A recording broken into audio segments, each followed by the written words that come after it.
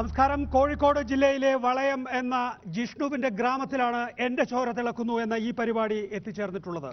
ജിഷ്ണുവിന്റെ മാതാപിതാക്കൾ നടത്തിയ ഐതിഹാസിക സമരത്തിനൊടുവിൽ ജിഷ്ണുവിന്റെ ഘാതകരെ തുറുങ്കിലടക്കുന്നതിനുള്ള നിയമ നടപടികൾ ഊർജിതമാക്കിയിരിക്കുന്നു.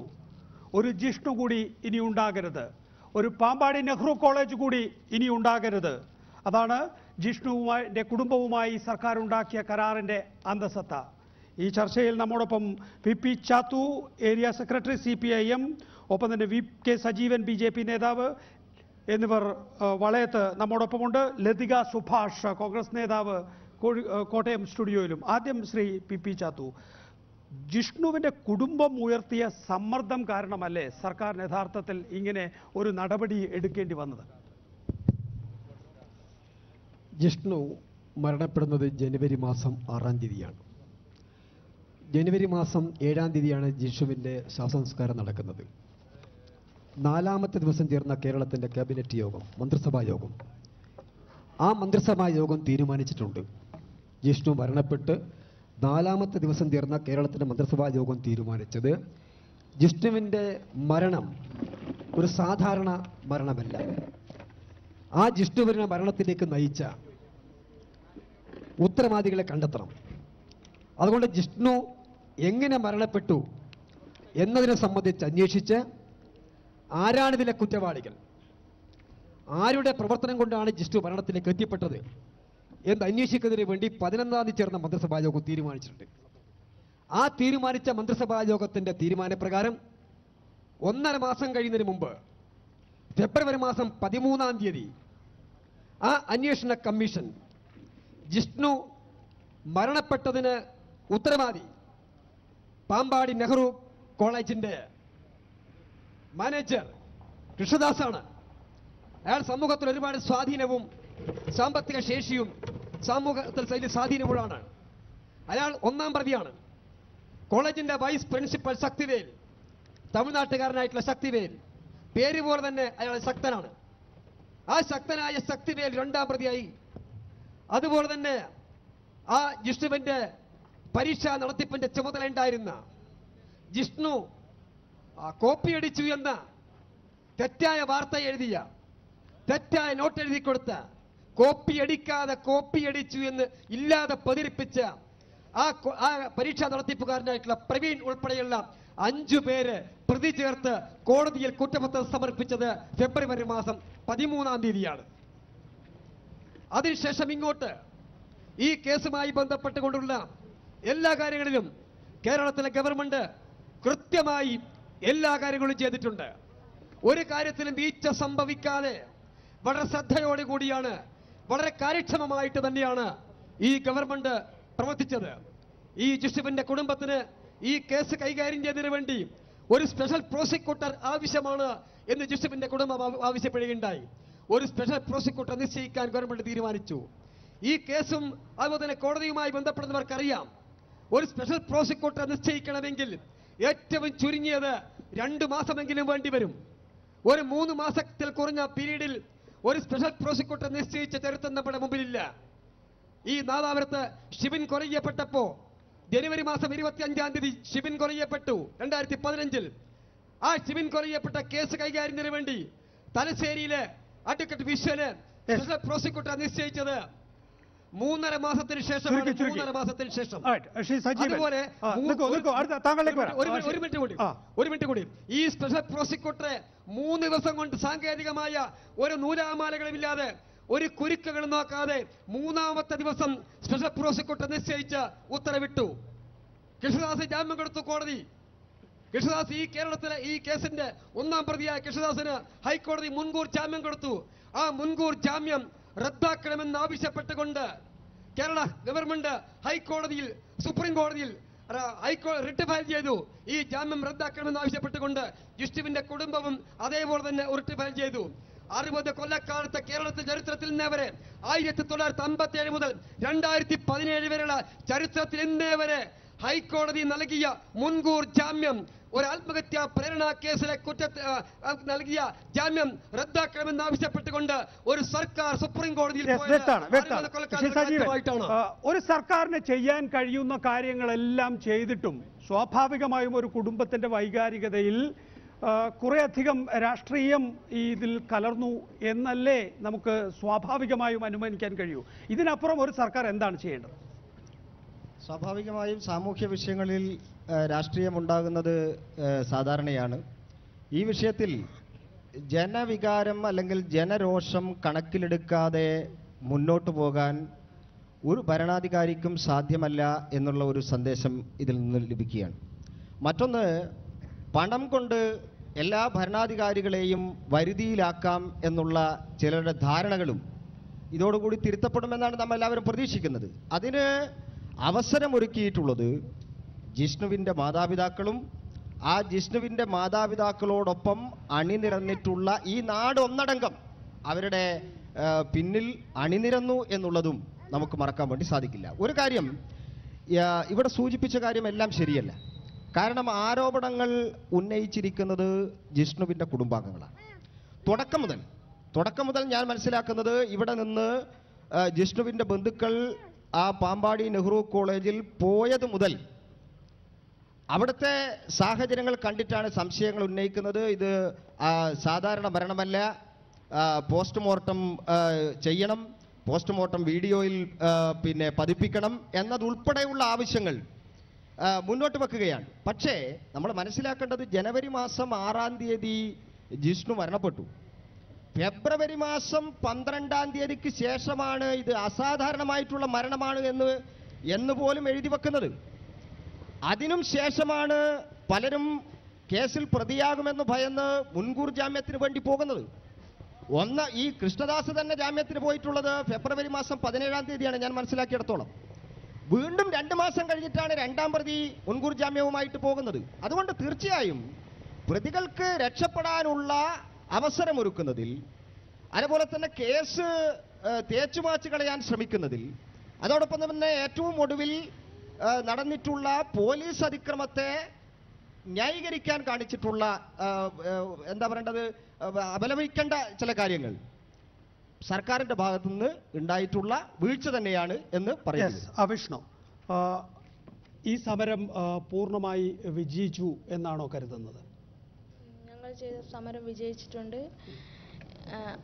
നമ്മളോട് നിന്ന് എല്ലാവർക്കും നന്ദിയുണ്ട്. ഒരു പ്രതിയെങ്കിലും അറസ്റ്റ് ചെയ്തതിൽ സന്തോഷമുണ്ട്. എന്തുകൊണ്ടാണ് അവിഷ്ണയ്ക്കും അമ്മയ്ക്കും ഇടതുപക്ഷ ജനാധിപത്യ മുന്നണി സർക്കാർ അധികാരത്തിലിരിക്കുമ്പോൾ സമരം ചെയ്യേണ്ടി വന്നത്?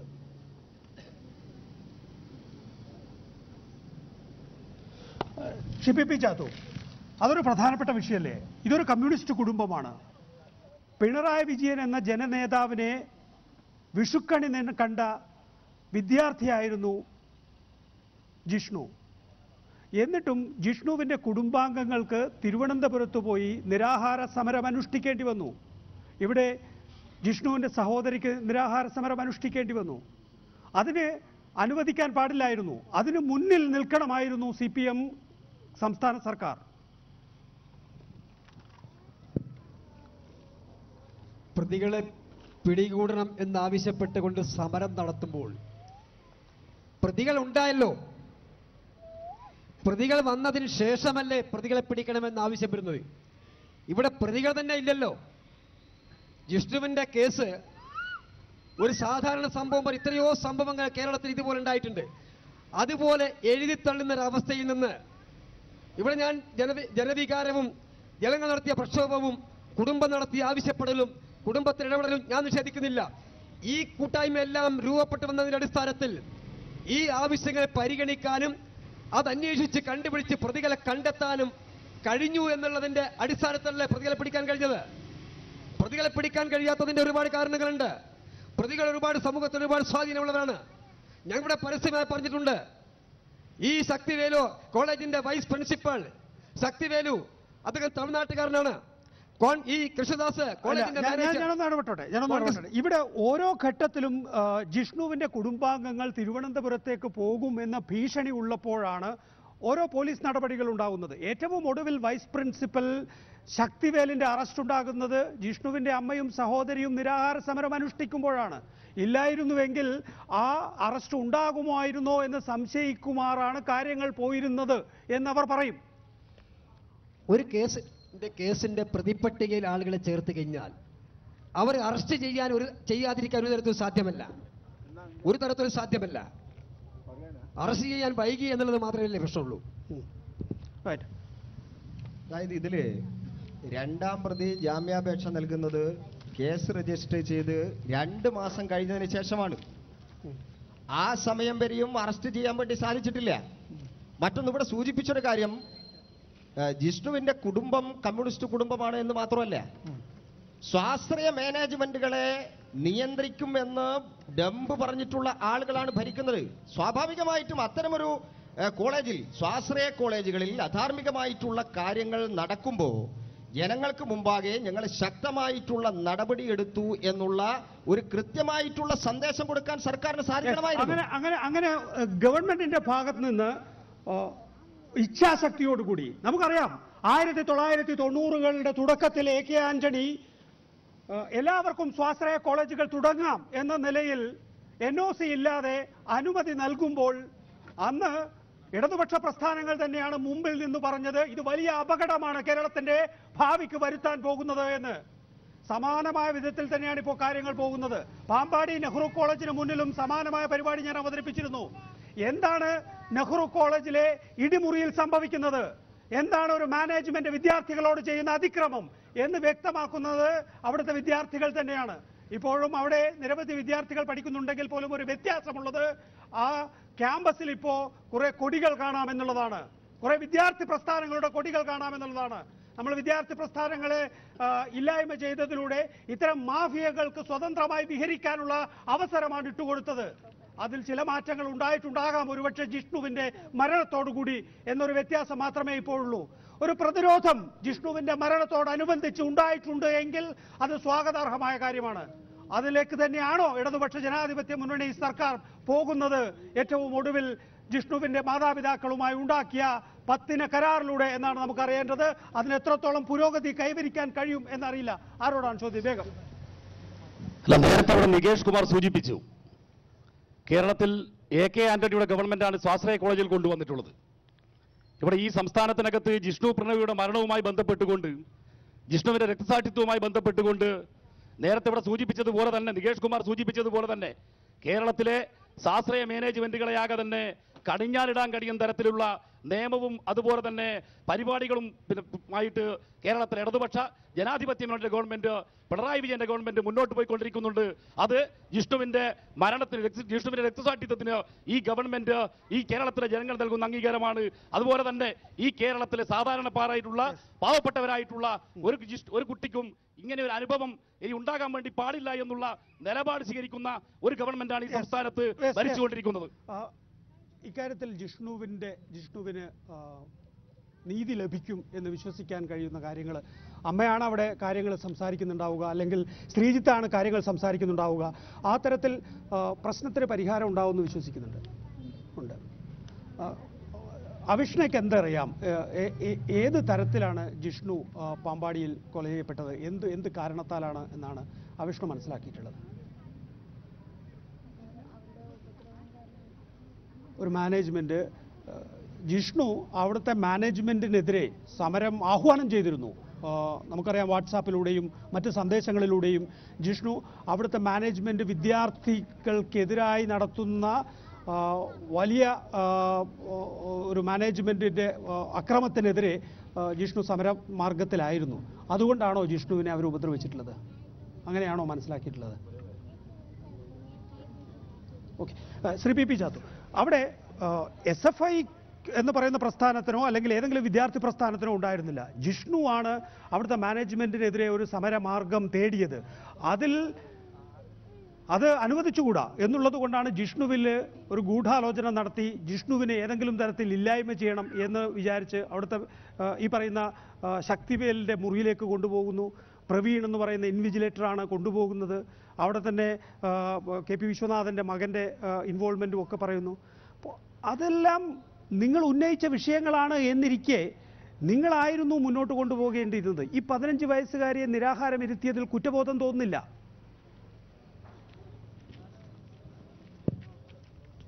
ഇവിടെ ഈ കേസുമായി ബന്ധപ്പെട്ടുകൊണ്ടും അതുപോലെ സ്വാശ്രയ കോളേജിന്റെ വിഷയങ്ങളുമായി ബന്ധപ്പെട്ടുകൊണ്ട് ഇടതുപക്ഷ ജനാധിപത്യ മുന്നണിയും മുന്നണിയുടെ ഗവൺമെന്റും സ്വീകരിക്കുന്ന ഒരു നിലപാടുണ്ട്.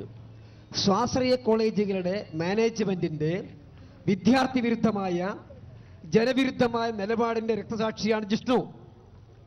ഒരു സംശയവും ആ കാര്യത്തിലില്ല.